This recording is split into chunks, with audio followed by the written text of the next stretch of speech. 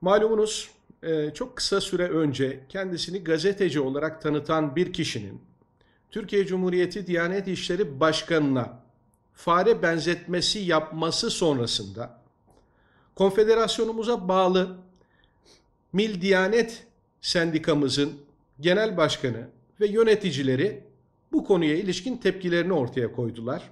Bir basın açıklaması yaptılar ve bu basın açıklamasının sonrasında maalesef bu arkadaşa yakın bazı basın yayın kuruluşları bu tepkimizi odağından kopararak başka taraflara çekmenin gayreti içerisinde olma girişiminde bulundular ve şunu yapmak istediler. Sanki kendileri hiçbir ifade kullanmamış da kendilerine böyle bir basın açıklaması yapılmış, kendilerine saldırılmış ve hatta ötesini söyleyeyim, kendilerine tehditte bulunulmuş ifadelerini kullandılar, sosyal medya hesaplarından paylaştılar.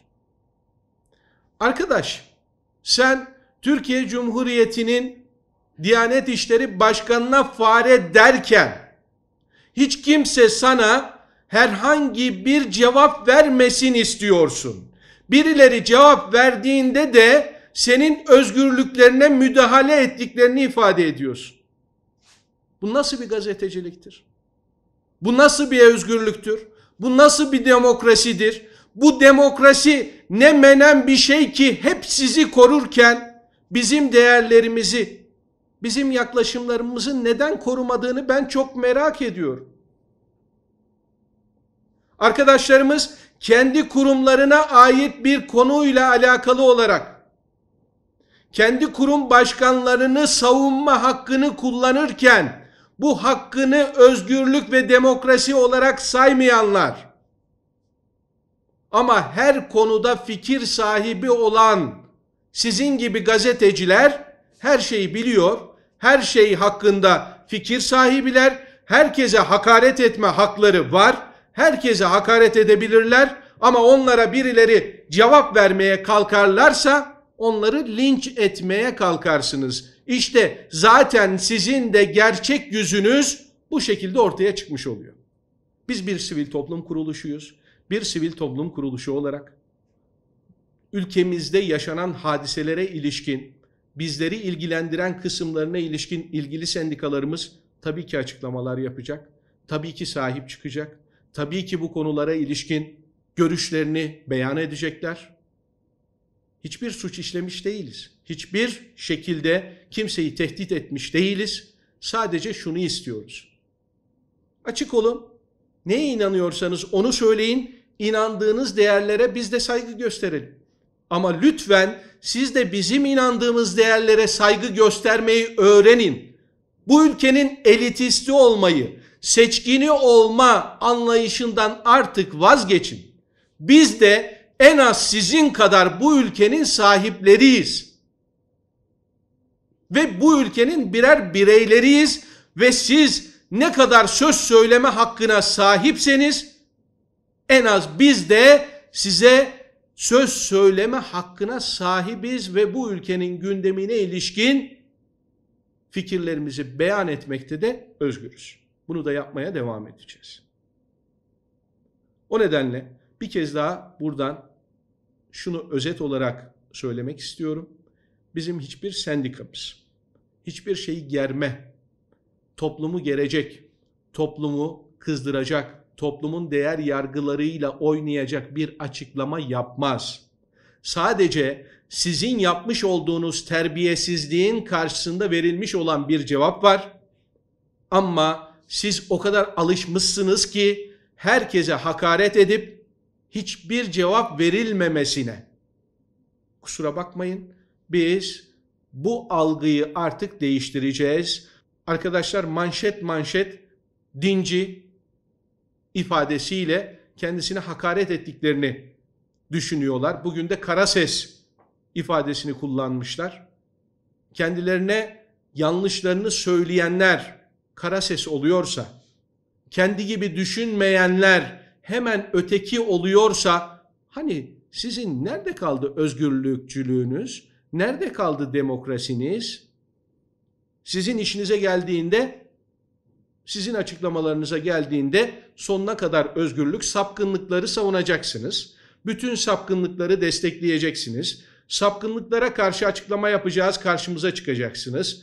İşte Türkiye'de yaşanan ahlaki yozlaşmaya karşı açıklama yapacağız, karşımıza çıkacaksınız. Türkiye'deki yaşanan olumsuzluklarla ilgili açıklamaların tamamında karşımıza çıkacaksınız. Ondan sonra da özgürlüklerden bahsedeceksiniz ya. Hadi oradan. Sadece tek söyleyeceğimiz şey size bu olur. Sayın Genel Başkanımız gereken bütün açıklamaları yaptı. Şimdi Milliyet'in yapmış olduğu şey şudur arkadaşlar. Konuyu bağlamından tamamen kopartıp başka mecralara çekmek istiyorlar. Bizim bütün anlatmak istediklerimiz şudur. Hiç kimse, elbette ki Diyanet İşleri Başkanı eleştirilebilir. Biz buna karşı değiliz. Ama siz bu ülkenin Diyanet İşleri Başkanı'na haşere veya fare diyeceksiniz ve onun şahsında din görevlilerine haşere, fare diyeceksiniz. Bu hakaretleri, bu aşağılama yapacaksınız. Dini değerlerimizle sürekli alay edeceksiniz. Ama onun karşısında yine Diyanet hizmet kolunda kurulmuş bir sendika olarak buna karşı bir tepki verdiğimizde efendim niye konuşuyorsunuz diyenlere şunu söylüyoruz. Biz konuşmaya devam edeceğiz. Biz bir sendikayız. Biz 4688 sayılı yasaya göre konuşuyoruz. 4688 sayılı yasaya göre Diyanet İşleri Başkanlığı hizmet kolunda kurulmuş bir sendika kendi üyelerinin, Diyanet camiasının bütün haklarını korumakla görevlidir. Siz bizim başkanımıza eğer fare derseniz biz de bunun karşılığını vermek zorundayız. Ama siz bunu başka mecralara çekip de yok efendim bizi hangi tehditten bahsediyorlar anlamış değilim. Yapmış olduğunuz basın açıklamasını 10 defa okuduk. 10 tane avukata gösterdik. İçerisinde tehdit kokan bir cümle yok. Lütfen medyanız var diye, televizyonunuz var diye algı yapmaya çalışmayın. Diyanet camiası sahipsiz değildir. Din görevlileri sahipsiz değildir. Ali Erbaş da sahipsiz değildir. Diyanet camiasının artık bir sendikası var. Allah'ın izniyle. Efendim sadece niye siz konuşuyorsunuz? Diğer sendikalar da konuşsun efendim. Diğer sendikalar da sesini çıkarsınlar. Güç birliği yapalım. Az önce Genel Başkanım söyledi Mücahit Bey. Artık hakaret edilmek istemiyoruz. Hakarete uğramak istemiyoruz. Biz bu ülkenin yani 15 Temmuz darbe girişiminde okuduğumuz selalarla bu ülkenin uçurumun kenarından kurtarılmasına vesile olmuş bu camiaya her gün haşere, fare, buna benzer benzetmeler ve yakıştırmalar yapan gazeteci ne bekliyordu? Tepki vermeyecek miyiz? Dolayısıyla bütün açıklamaları Genel Başkanım yaptı. Biz manevi, ilkeli ve liyakatli önce ahlak ve maneviyat düsturuyla yola çıkmış bir sendikayız.